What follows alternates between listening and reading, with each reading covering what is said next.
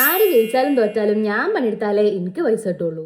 രാഷ്ട്രീയത്തിലൊന്നും എനിക്ക് പൊതുവെ അങ്ങനെ ഒരു ഇൻട്രസ്റ്റ് ഇല്ല. ഇതൊക്കെ പറയണത് മാസാ നിങ്ങൾ വിചാരിക്കണുണ്ടെന്ന് വെച്ചാല് I am very sorry to say this. ഇതൊന്നും മാസല്ല, നിങ്ങളുടെ വിവരക്കേട് മാത്രമാണ്. ശരിയാണ്, പണിയെടുക്കാതാരും പൈസ ഒന്നും വെറുതെ കൊണ്ട് തരൂല.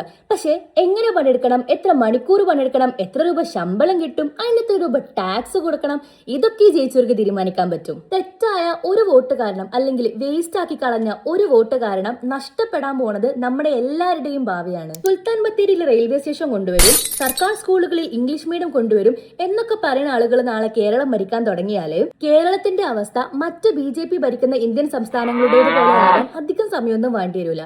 നാളെ നമ്മൾ എന്ത് കഴിക്കണം എന്ന് വരെ തീരുമാനിക്കുന്നത് സർക്കാരായി പോകും. ഇവരെ കേരളത്തിലുള്ള മതസൗഹാർദ്ദമൊക്കെ പിന്നെ സ്വപ്നം കണ്ടാൽ മാത്രം മതി. എന്റെ അച്ഛൻ BJP ആണ്, അതുകൊണ്ട് ഞാനും BJP ആണ്. ഞങ്ങളൊക്കെ കുറെ കാലങ്ങളായിട്ട് സഖാക്കളാണ്. ഈ പൊളിറ്റിക്സ് എന്ന് പറയണത് പാരമ്പര്യ സ്വത്തല്ല, ഇങ്ങനെ തലമുറകളായിട്ട് കൈമാറി വരാൻ. രാഷ്ട്രീയത ഒരിക്കലും ഒരു നല്ല കാര്യമല്ല. വിവരക്കേടാകാം, പക്ഷെ അതൊരു അലങ്കാരമായിട്ട് ഒരിക്കലും കൊണ്ടു നടക്കാതിരിക്കുക. പിന്നെ നിർബന്ധമായിട്ടും വോട്ട് ചെയ്യുക. എന്റെ ഒരു വോട്ട് കൊണ്ട് എന്താവാനാണ് എന്നും പറഞ്ഞിട്ടിരിക്കണവരാണെങ്കിൽ ഇങ്ങനെ പറയണ 10 ആൾക്കാരെ ഞാനറിയാം. അങ്ങനെ നിങ്ങൾ എത്ര ആൾക്കാർ അറിയുണ്ടാകും ഇങ്ങനെ വോട്ടൊന്നും ചെയ്യാതെ അല്ലെങ്കിൽ അരാഷ്ട്രീയവാദികളായി നടന്നിട്ട് നാളെ നമ്മളെ നാട് ഏതെങ്കിലും വിവരദോഷിന്റെ കയ്യിലായി അല്ലെങ്കിൽ അതിന്റെ ഭവിഷ്യത്ത് നമ്മളെല്ലാവരും കൂടെ അനുഭവിക്കുമ്പോൾ അന്ന് റിഗ്രറ്റ് അടിച്ചിട്ട് കാര്യം ഉണ്ടാവില്ല. അതുകൊണ്ട് അങ്ങനെ ഒരു റിഗ്രഷൻ വരാതിരിക്കാൻ പോയിട്ട് വോട്ട് ചെയ്യുക. ഓക്കെ.